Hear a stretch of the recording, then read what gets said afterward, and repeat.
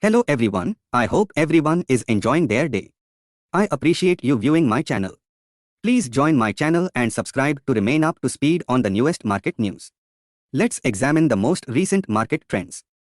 Suraj Estate Developers' initial public offer to open on 18th December. Mumbai-based real estate company Suraj Estate Developers will open for subscription on 18th December. The issue closes on 20th December. LIC reclaims 5 lakh rupees crore market cap, stock hits 52-week high. US-based private equity firm Warburg Pincus sold its partial stake in IDFC First Bank through block deals on Thursday. SoftBank may offload $135 million worth stake in Zomato via block deal. Japan's SoftBank is likely to sell $135 million worth of stake in the food delivery company through a block deal. The Securities Appellate Tribunal has set aside the Securities Exchange Board of India's order restraining IIFL Securities from taking new clients for a period of 2 years and has reduced the penalty imposed on the brokerage firm to 20 lakh rupees from 2 crore rupees.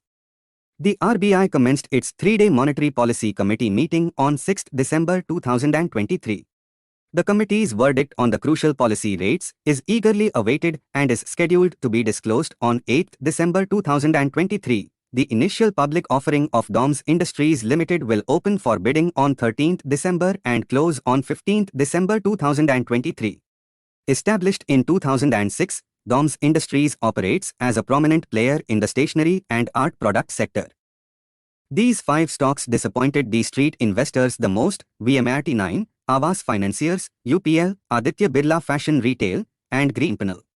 The expected gain was not as expected by market. F&O ban list: Balrampur Chini Mills, Delta Corp, Indiabulls Housing Finance, India Cements, National Aluminium Company Ltd, SAIL, and ZEL are the 7 stocks that are a part of the F&O ban list by the stock exchange for 8th December. Titagarh Rail Systems Limited, the Kolkata-based manufacturer of railway components, including wagons, has launched a qualified institutional placement (QIP) to raise 700 crore rupees. The company has fixed the floor price of the QIP at 976.1 rupees, according to the exchange filing.